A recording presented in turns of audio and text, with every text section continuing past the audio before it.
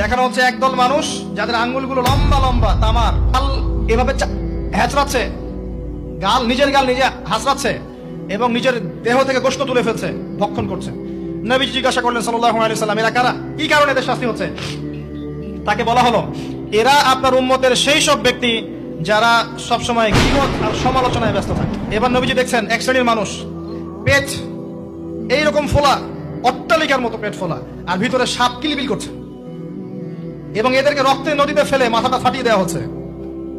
নবী জিজ্ঞাসা করলেন সাল্লাল্লাহু আলাইহি ওয়াসাল্লাম, এরা কারা? এরা আপনার উম্মতের এই সব ব্যক্তি যারা ছিল সুদখোর, রিবাখোর।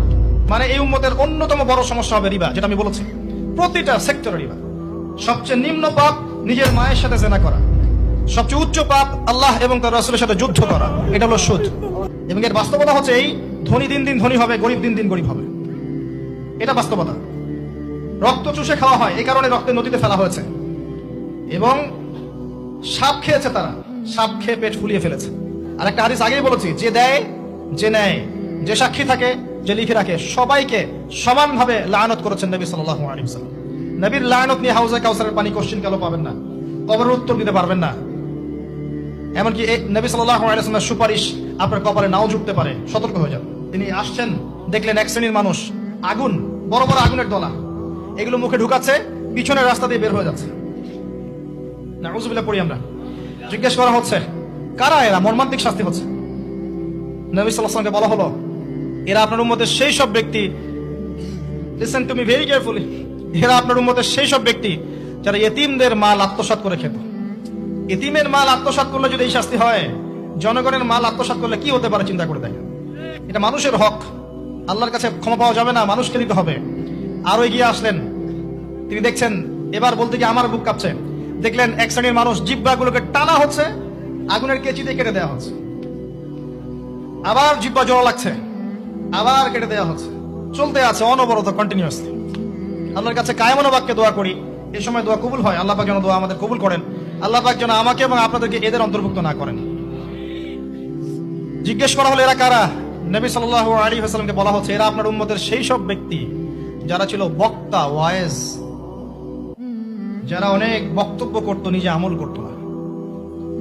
আর এই মহামারী আমাদের মধ্যে ছড়িয়ে পড়েছে, কোনো সন্দেহ নাই। যদি না পড়তো তাহলে আমাদের কথায় মানুষের জীবন পরিবর্তিত হতো। খুব কম দেখা যায় যে আমাদের কথাগুলো আপনাদের কলবে তাসির হচ্ছে। তাসির তখন হবে যখন আমার মধ্যে আমলটা থাকবে। জানা অনুযায়ী আমল না থাকলে এই অবস্থা হবে। আল্লাহ পাক আমাদেরকে হেফাজত করুন, আল্লাহ পাক আমাকে এবং আপনাদের সবাইকে হেফাজত করুন, আমিন। আরো এগিয়ে আসলেন, দেখা গেল এক শ্রেণীর মানুষ, যুবকরা খুব ভালো করে শোনেন এবং বিবাহিতরাও শোনেন, সামনে রাখা আছে ভালো গোশত, বাম দিকে রাখা আছে পচা গোশত, গন্ধ বের হচ্ছে। তারা এই পচা গোশত তুলে তুলে খাচ্ছে, গোগ্রাসে খাচ্ছে, ভালো গোশত দিকে ভ্রুক্ষেপ করছে না। অবাক হয়ে নবী সাল্লাল্লাহু আলাইহি ওয়াসাল্লাম জিজ্ঞাসা করছেন, এরা কারা? তাকে বলা হচ্ছে, এরা আপনার উম্মতের সেই সব ব্যক্তি যাদের ঘরে পবিত্র স্বামী ছিল, বাইরে অন্য পরপুরুষের সাথে প্রেম করেছে, যাদের ঘরে পবিত্র স্ত্রী ছিল, বাইরে পরকিয়া করেছে। আর এখন যত মিডিয়া আছে দেখবেন, সিরিয়াল, মুভি, জাবি জাবি, এরা পরকিয়া শিখায়, জেনা এবং পরকিয়া শিখায়। খেয়াল করে দেখবেন, একটা ছেলে মেয়ের অবাধ মেলামেশা, হারাম মেলামেশাকে এমন ভাবে উপস্থাপন করা হয়, মনে হয় এটা একটা পবিত্র ইবাদত মনে হয়, এবং বোঝানো হয় যে প্রেম তো পবিত্র। পবিত্র প্রেমে কি সমস্যা? আরে প্রেম পবিত্র তখন যখন আমি আমার স্ত্রীর সাথে প্রেম করব। গোশত খাচ্ছে, পচা গোশত। আরেকটা বলি, ঠিক এরপরে নবী সাল্লাল্লাহু আলাইহি ওয়াসাল্লাম দেখলেন একটা চুলা দেখলেন, চুলার নিচের দিকটা হচ্ছে প্রশস্ত, মাথাটা সংকীর্ণ, এরকম মানে তন্দুর রুটি ভাজে, দেখেছেন রুটি যে ভিতরে দেয় একটা এরকম গোল চুলা থাকে, সামথিং লাইক দ্যাট। নিচে দাউ দাউ করে আগুন জ্বলছে, আর এখানে কিছু মানুষকে জ্বালানো হচ্ছে। যখন নিচ থেকে আগুন এরকম করে আসছে, তখন এরা আগুনের তাপে উতলে উঠছে, আগুন নিচে নেমে যাচ্ছে, এরা আবার আস্তে আস্তে নিচে নেমে যাচ্ছে। এভাবেই হাদিসে ব্যাখ্যা করা আছে।